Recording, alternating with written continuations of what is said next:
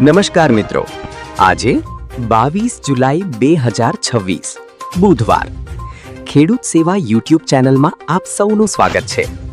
ગુજરાતમાં ચોમાસાએ જોર પકડ્યું છે અને આજે રાજ્યના અનેક જિલ્લાઓ માટે હવામાન વિભાગે મહત્વની આગાહી જાહેર કરી છે। ખાસ કરીને અમદાવાદ સહિત દક્ષિણ અને મધ્ય ગુજરાતના વિસ્તારોમાં ભારેથી અતિભારે વરસાદની સંભાવના વ્યક્ત કરવામાં આવી છે। જો તમે ગુજરાતના કોઈ પણ જિલ્લામાં રહેતા હોવ તો આ મહત્વપૂર્ણ અપડેટ અંત સુધી જરૂર સાંભળો।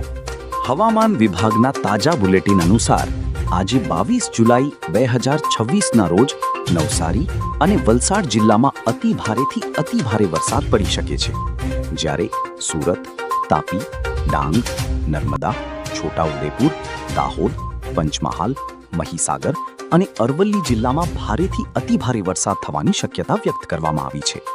તે ઉપરાંત અમદાવાદ, ગાંધીનગર, ખેડા, આણંદ, ભરૂચ, વડોદરા અને સાબરકાંઠા જિલ્લામાં ભારે વરસાદની આગાહી કરવામાં આવી છે। નીચાણવાળા વિસ્તારોમાં પાણી ભરાવાની સ્થિતિ સર્જાઈ શકે છે, તેથી લોકોને સાવચેતી રાખવાની અપીલ કરવામાં આવી છે। બીજી તરફ કચ્છ, વાવ, થરાદ, બનાસકાંઠા, મહેસાણા, પાટણ, સુરેન્દ્રનગર, મોરબી, રાજકોટ, જામનગર, બોટાદ, દેવભૂમિ દ્વારકા, પોરબંદર, જૂનાગઢ, ગીર સોમનાથ, અમરેલી અને ભાવનગર જિલ્લામાં હળવાથી મધ્યમ વરસાદ વરસી શકે છે। હવામાન વિભાગે 22થી 27 જુલાઈ દરમિયાન રાજ્યના મોટાભાગના વિસ્તારોમાં વરસાદી માહોલ યથાવત રહેવાની આગાહી કરી છે।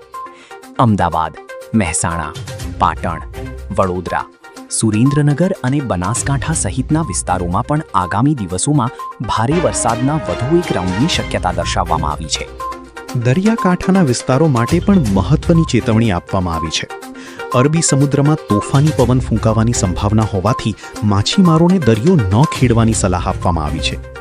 દરિયાકાંઠાના વિસ્તારોમાં રહેતા લોકોએ પણ સાવચેતી રાખવા અને સ્થાનિક તંત્રની સૂચનાઓનું પાલન કરવા અપીલ કરવામાં આવી છે।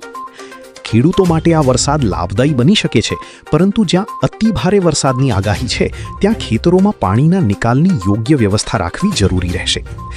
હાલ માટે આ હતી હવામાન વિભાગની સૌથી તાજી આગાહી। આવી જ વિશ્વસનીય અને ઝડપી હવામાન અપડેટ્સ માટે અમારી સાથે જોડાયેલા રહો।